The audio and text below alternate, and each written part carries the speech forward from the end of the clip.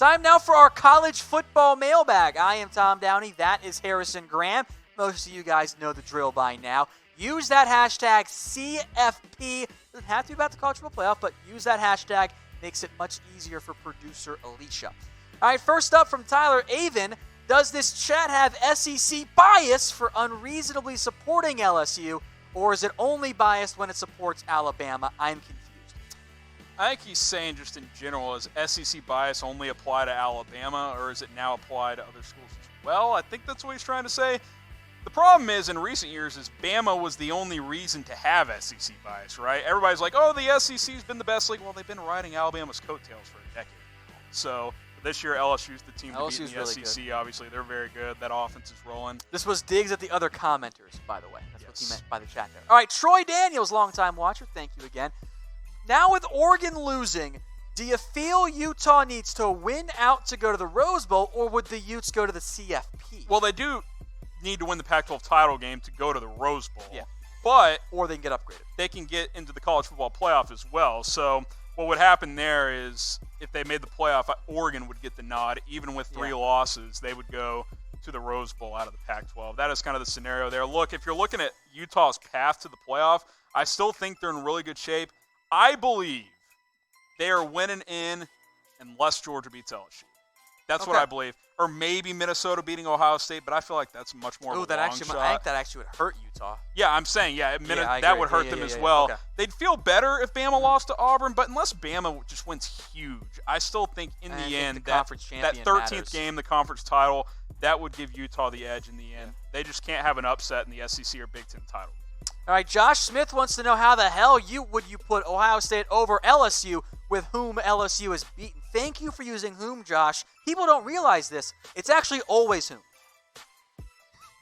But that's extra work. That's typing an extra character. That's fair. What I would say is their resumes are very similar, and Ohio State's been more dominant. I think LSU's 3 wins are better than Ohio State's, but they haven't been as impressive in terms of margin of victory. You look at them side by side there. The margin of victory heavily favors Ohio State in that scenario. And look, you can't go wrong either way, right? Like, 50. I bet half the committee was on LSU's side there. I think it was pretty I think close. It was probably pretty even. They're rewarding Ohio State for beating Penn State over the weekend. It was a top 10 team. Do you know what hurts LSU? Is Texas not being as good this year. Oh, definitely. That looked like the best win in college football, and then all of a sudden it's not good at all. It's a marginal win. Mediocre. And that's what's tricky, right? Because if you're LSU, we're like, we scheduled Texas. What do you want us to do? Well, Texas didn't turn out to be good. You're still going to get it as long as you went out there. So everyone in the comments, type me if the media or the college football playoff hates your team. I'm typing in Miami. I don't see where Miami of Ohio is ranked, and it's disrespectful. What are they, 6-5? They got 7 wins, baby. 7-4? They got 8 wins now. I don't even remember. They have 8? I'll double check here. Maybe I'm factoring Fake fan Tom Downey doesn't even know what his alma mater's record is. I checked out the second they won the MAC East because I've already achieved my dreams. They're 7-4, but it's going to be 8 because they're going to be Ball State. Because Ball State's terrible. 8 wins, going to win the MAC East this year. All right, Tate and Wright. Now that LSU is number 2, do they fall out of the top 4 with a loss to Georgia? I still don't think so because they're playing a top 4 team. Now, if Georgia were to bulldoze them, maybe 42-17, which I don't see that happening. A, Georgia's offense isn't good enough, and B, LSU's offense is too good to only score 17. But I think they're in if they beat Texas. I think for LSU, it's not that there isn't much difference between 1 and 2. It's 1 and 2's up here, and then you got kind of 3, 4, 5, 6, everyone else. So that difference doesn't really impact you. I think it's 1, 2, 3, 4, 5 through 8. That's kind of what it is. So I think LSU is in a really good spot. You beat Texas A&M this week, you're pretty much in. Now, if you're a fan of your favorite college football team, because of course you are, don't be a fake fan like me, apparently, Harrison. Couldn't remember what Miami's record was. No, that's your Sorry, I try to count the Ohio State one. Sorry. Chatsports.com/NCAA gear. Get yourself some college football gear. Favorite team, everything's on there. Jerseys, shoes, shirts. They got hoodies. Got some hats. Hoodies, hats as well. Up to 50% off. Chatsports.com/NCAA gear. Go check it out. The promo codes change all the time, but we'll keep that link updated for you guys. Chatsports.com/NCAA gear. All kinds of stuff on sale just for you guys. All right, JC Hennessy. Ohio State has ruined their chances in recent years. I think that was more of an exclamation point than a question mark. How confident are you that they go 13-0 this season? Well, usually the loss happens before 11-0. And it only happens in November. I don't think they've ruined their chances. Early November. And quite frankly, if you lose to Michigan and then beat Wisconsin or Minnesota, I still think you're in because you're going to be a 12-1 Big Ten champion.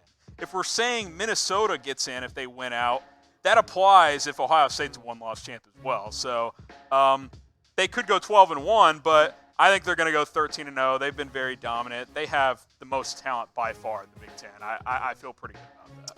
All right, John Wayne. Interestingly enough, big fan of his work. Where does Georgia's strength of schedule rank? Producer Alicia, 26. There you go. Yeah. They've played a good schedule this year. And it's gotten better as the season has gone on. They were kind of hovering in the 50s or 60s, but their schedule is more backloaded. Went through that stretch with Florida and Auburn, amongst others. Yep. It just beat Texas A&M, who's in the top 40. So. Yeah, worked out pretty well there for Georgia. They do control their own destiny with a game pending against LSU in the SEC title game. Winner of that game punches their ticket. Hey, if they need their offense to get back on track, playing 3-win Georgia Tech isn't a bad way to do it. That's who they'll play this week, and then obviously the big matchup with LSU. Gonna take Tech a while to get back going a little bit. They got a nice win over NC State over the weekend. Look, any conference wins, switching from the triple option to the spread, going to be a long go for them. All right, Clifton wants to know what rank Oklahoma is, so we'll get you guys the top 25 and where Oklahoma ranks here in just a second. But they did move up this weekend, and maybe Baylor moving up was the best thing for them, actually. Because Baylor's rise sets up the Sooners for a higher quality win. Yeah, it helps, but the problem is for OU, I think, is that if your best two wins are over the same team, that's tricky, I think, personally, because, you know, we already saw them beat Baylor on the road, so is beating them on a neutral field going to launch their resume up? I'm not sure it is. Obviously, getting Baylor into the top 10 helps. I still think the Big 12 is in trouble. Keeping Utah ahead of OU is significant, I think, from the committee standpoint. And if they were to beat Oregon in the Pac-12 title game, of course, if they beat Colorado this week, I think they would have the advantage over the Big 12. So that's your top 10 there. Penn State, Baylor took that big jump. Minnesota has now usurped Penn State again, like they should have been last week, but whatever. We'll see how things turn out. So keep using that hashtag CFP for the live Q&A. We got Bo Culberson. Georgia has the best defense, question mark. They're in the top 5. I mean, I think Ohio State's with Chase really Young is the best defense in the country. Georgia's been very good, though. They've carried kind of a struggling offense all year long. I think those two teams come to mind. Penn State has a really good defense. I thought they were pretty impressive against Ohio State in a losing effort. Alabama's not what it usually is. LSU's not what it usually is. Those are 2 or 3 teams. All right, Uzi wants to know if we think Auburn will beat Alabama. They've got a shot. They're playing at home. They're playing a backup quarterback. Their defense is good. Auburn, speaking of good defenses, they're another good defense. It's a good matchup. Iron Bowl, obviously. Mac Jones, I think it's the unknown, right?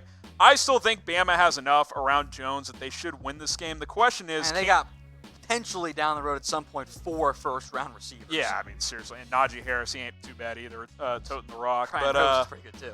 But Alabama, I just think, has too much offensive firepower, even with Jones. I think the game plan is, just don't turn it over. They just flip back to what they were before Tua arrived. They just have a game manager who just spreads the ball around, don't make mistakes. I will say, balancing trying to blow out Auburn while just winning the game as well might be tricky because, again, we went over it earlier. You got to win big. You can't sneak by if you're Alabama. You got to win big. So if you try too hard to hit too many big plays, maybe you turn it over some. Auburn could be in line to win this game. I don't know how much I trust Bo Nix, frankly. I think this he's still a little bit young, still a little bit raw, needs to be a better passer. Yep. But let us know what you guys got. Type 1 for Bama and 2 for Auburn. I'm going Bama in this one. Even on the road, we know how rivalry games go. It'll probably be close. But I'm going to take the Crimson Tide. I'll say Bama for like 10 to 14 points. I think it'll be a defensive type of game. I think like 31 to 20 might be the type of score there. I think Alabama wins, but I don't think it's enough to vault them into the top 4. I think they would need some help from other teams losing. Zach Tussey wants to know, why isn't anyone talking about Georgia has the worst loss and have barely beat people? I guess I'll defend Georgia. The South Carolina loss was a disaster. Yeah. They should not have lost that game. But the committee's also valuing beating good teams. Georgia this year has beaten a top, what's Notre Dame ranked? Are they 16. Still 16? A top 16 team in Notre Dame. A top 15 team in Florida. Auburn inside the top 16 as well. Yeah. They beat A&M, which is in the top 25, but it's a top 40 win. Look, Auburn is not, or Georgia is not going to blow people away with the ITs. They're not. They've proven they that. They don't have the offense. They play things close to the vest. They think they can wear you down running the football and stop you consistently defensively, and they've proven that. Even against South Carolina, they gave up 20 points. I mean, it's not like they got blown out. And that came in overtime. Yeah. And that's the most they allowed all year. Didn't Fromm throw 4 picks in that game?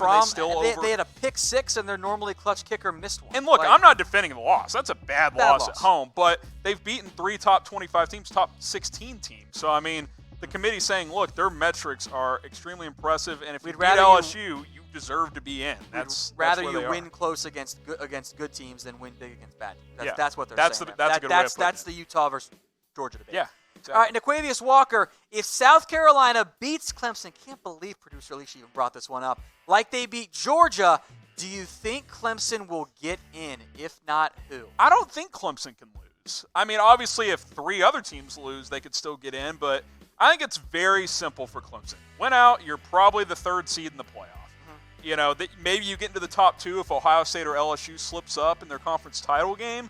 But they don't have any top 25 wins. They might get one in the ACC title game, but the loser of that game likely drops Which out. I don't think they should. They should stay ranked. They're playing an extra game. Don't change their spot. I agree with that. But at most, you're going to have one top 25 win. You don't have any right now. They've been dominant, but to me, I don't think they can lose with their metrics. The tough part is this. Like, if you look at the eye test only, which is a thing the committee uses, Clemson's one of your 4 best teams. Oh, no doubt. But that's on paper. It's if they lose the Bama a game, debate before Tua got hurt. If they lose a game and still get in over teams that are more deserving, because Clemson would not be one of the 4 most deserving teams, barring some true chaos, then really what's the point of playing the games? Well, because they just don't matter. That's the point, right? Because season-long tournament. The best teams, and I'm putting this in air quotes as I say it, in terms of the most talent, are pretty much the 5 same teams every year. Ohio State, Clemson, Georgia, Alabama, Oklahoma, and I think LSU is probably that 6th team. Those are the teams with the most talent year in and year out for about, 7 or 8 years now? I mean, that's what it's been. So it goes back to that's what's wrong with that idea of thinking is why even play the games? If you just want to put the best talent in there, put a combination of those 4 teams and go play. With that said, Clemson's going to win out, so it's not going to matter in the end. Yep. All right, J.C. Hennessy, LSU and A&M was a wild multiple overtime game last year. Is there any chance of seeing another upset this season? I don't believe so. I actually thought A&M had a puncher's chance against Georgia, and that proved to be right. They had the ball down 6 with a couple of minutes to go. Yeah, but they really couldn't move it. Yeah, couldn't move the ball well enough. They'll have better opportunities to score against LSU's defense, but Joe Burrow's going to put up 40 plus. He's done that every week. The difference between last year and this year, it's simple. Joe Brady. The passing attack of LSU has taken 10 steps forward from what it was last year. Yeah. I don't think A&M can keep up offensively.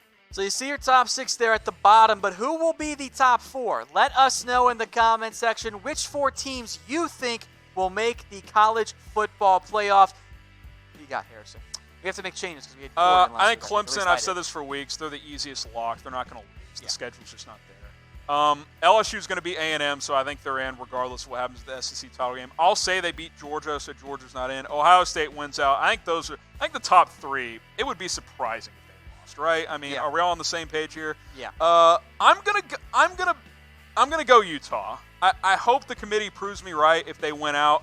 I would just give me something different. Don't put Alabama in there. That would be so disappointing. I'm gonna go Utah.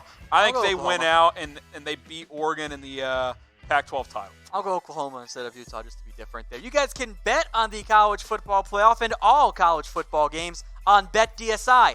Head over to chatsports.com/bet. Use that promo code CFB120. It's chatsports.com/bet. Use that promo code CFB120 for that sweet 120% deposit bonus.